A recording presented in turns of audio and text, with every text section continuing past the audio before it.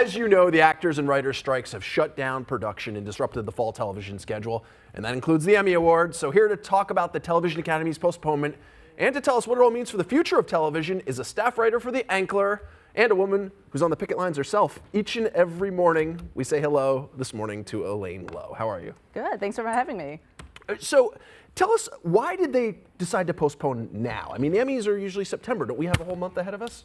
Yeah, well, you think about it, right? This historic moment that we're in, the first time we've had a concurrent actors and writers strike since 1960. And to put that in perspective, the last time this happened, Ronald Reagan was president of the Screen Actors Guild. Jeez. And so when you're looking at this work stoppage and what that means for writers, it means withholding labor in the form of, say, writing jokes or monologues for an Emmys host. For actors, it means withholding labor in the form of not doing publicity or red carpet tours or appearances at award shows. So when you think about what that means and the fact that the Emmys would have then played to a mostly empty room, makes it understandable to see, why that decision was largely expected. Even on the red carpet, as they're being interviewed by entertainment reporters, they can't talk about anything. They would just have to talk about, hey, how's the weather? Like, they wouldn't be able to talk about their projects, correct? Yeah, I mean, they're not making red carpet appearances in general. And even when I'm on the picket lines interviewing people, people have been loath to even talk about the projects that they've worked on because they're concerned that sort of breaks the rules of the work stoppage. Is it too early to possibly even talk a postponement date?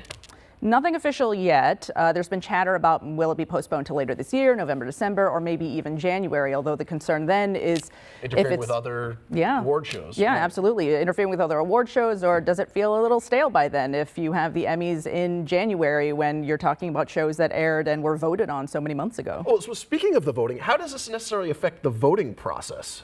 So I asked the Television Academy yesterday, and it doesn't affect the voting process, so that still happens toward the end of August. So that's all on schedule as planned. Would you ever see a world in where we don't have the Emmys one year? Like, you just announce, maybe you go on TV and announce the winners. Well, I mean, I think we've seen ratings on award shows and the decline that there's been over the last few years. So, I mean, I don't think we won't see an Emmys, but certainly the public's interest in an award show, I think, is much different than it was, say, 20, 30, 40 years ago. Yeah. You're out there on the picket lines every day. Is there any progress being made? I mean, are people optimistic that a deal will be struck soon? People are ready to strike for as long as it takes when I'm out there. I mean, look, we're almost approaching day 90 of the writer's strike. We're on, week 3 of the actor's strike. And since the actor's strike started a couple of weeks ago, those picket lines have just been so much more robust. There's been so much more energy, and they are fired up about getting a contract that they think is fair. And so they're prepared to go. I mean, SAG-AFTRA President Fran Drescher said on the first day of the strike, they're set to go, 6 months if they have to, which means we're looking at 2024. Wow. Has any progress been made? They are not back to the negotiating table yet, as far as I'm aware. Yeah. That's going to have a major impact on projects. I mean, you're stopping projects.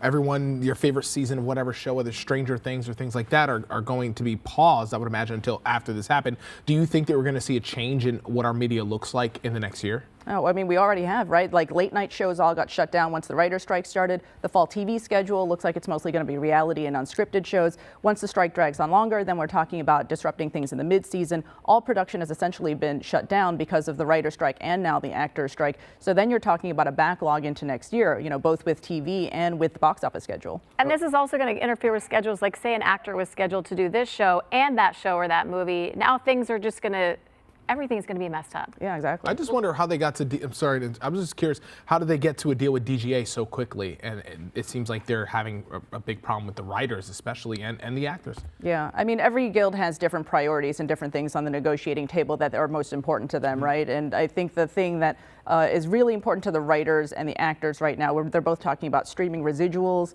and also AI, which has really come to the forefront as an issue. And so those are two of the major sticking points right now. Not to mention for people that have projects coming out, writers, actors, directors, it's a struggle because they cannot promote them. So does it cause damage to people in that way as well? Yeah, I mean, I think the last few projects that you saw that there was really robust publicity for was Barbie and Oppenheimer, because we just had that big Barbenheimer weekend, right, and Mission Impossible.